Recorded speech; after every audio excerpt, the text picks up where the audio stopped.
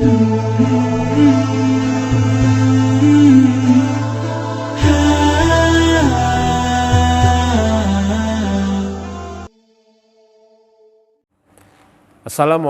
warahmatullahi wabarakatuh. Alhamdulillahi rabbil alamin.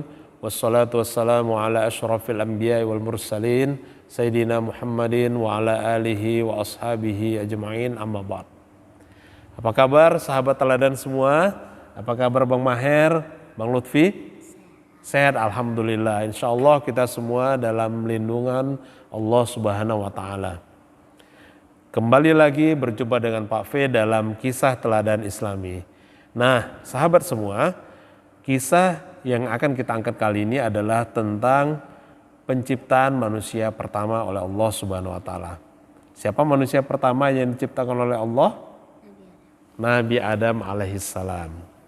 Nah, sahabat teladan semua, bahwa sebelum manusia diciptakan, Allah sudah menciptakan makhluk lainnya, termasuk iblis dan malaikat. Allah juga menciptakan apa lagi? Bumi, ya, bumi, bulan, bintang sudah diciptakan oleh Allah Subhanahu wa taala dan beredar sesuai dengan ketentuannya Allah. Malaikat diciptakan Allah dari nur atau cahaya, sedangkan iblis diciptakan Allah dari api. Allah menciptakan iblis dari api. Dan pada saat itu Allah menghendaki seorang khalifah di muka bumi. Kepada iblis dan malaikat, Allah Subhanahu wa taala berfirman, "Inni ja'ilun fil ardi khalifah." Aku hendak menjadikan khalifah di bumi, kata Allah Subhanahu wa taala. Lalu malaikat dan iblis bertanya kepada Allah Subhanahu wa taala, "Apakah engkau hendak menjadikan orang yang merusak dan menumpahkan darah di sana? Sedangkan kami bertasbih memujimu dan mensucikan namamu ya Allah." Lalu Allah berfirman, "Sesungguhnya aku mengetahui akan apa yang kamu tidak mengetahuinya." Lalu Allah menciptakan manusia, dialah Adam. Adam terbuat dari segumpal tanah liat yang kering dan lumpur hitam yang dibentuk sedemikian rupa. Jadi bisa kita bayangkan, manusia diciptakan dari segumpal tanah yang kering dan hitam.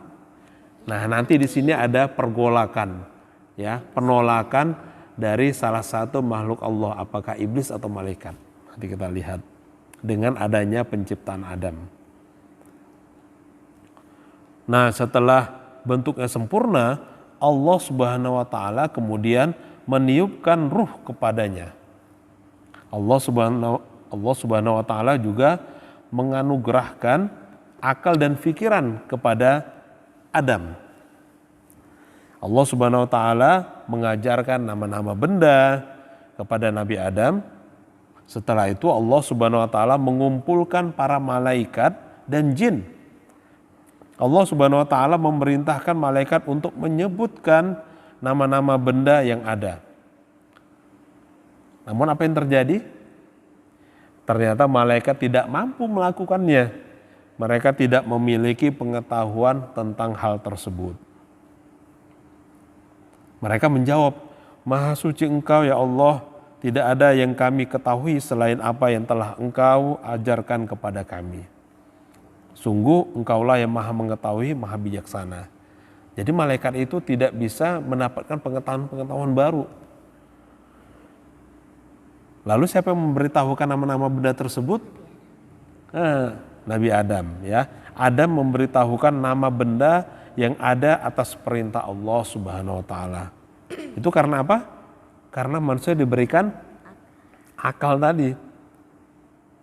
Setelah Adam memberitahukan kepada malaikat nama-nama benda, malaikat kagum.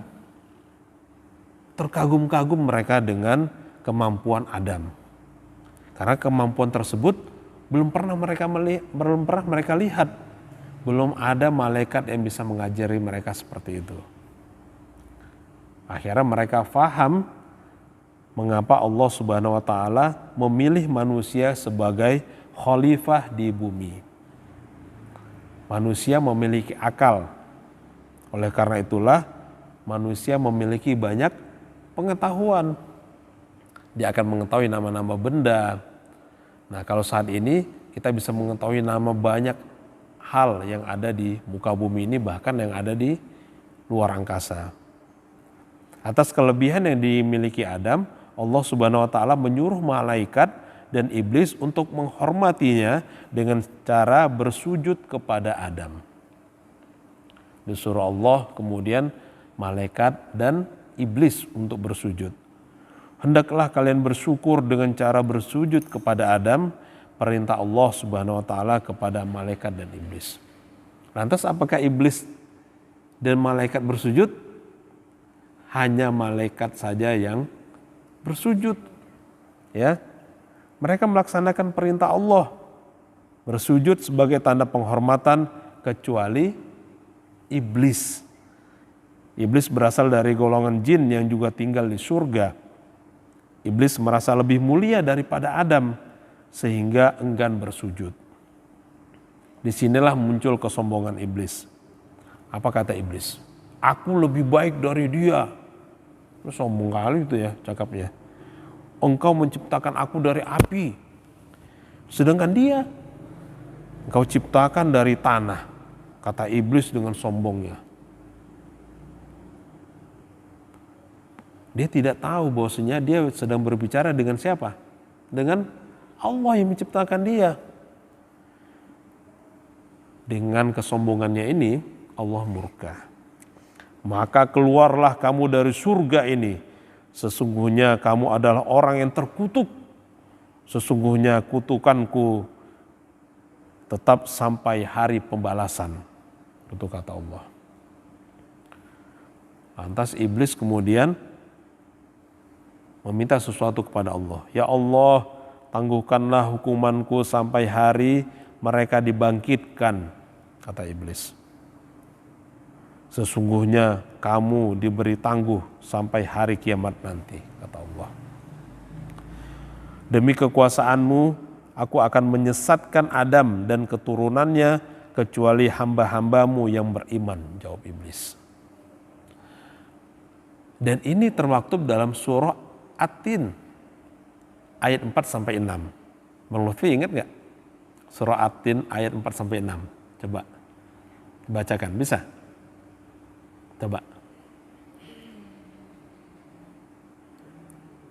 Bismillahirrahmanirrahim. Laqad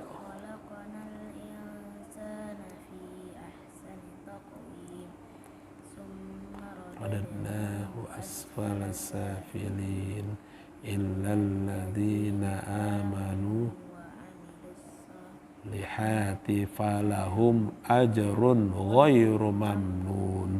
Nah, itu apa artinya?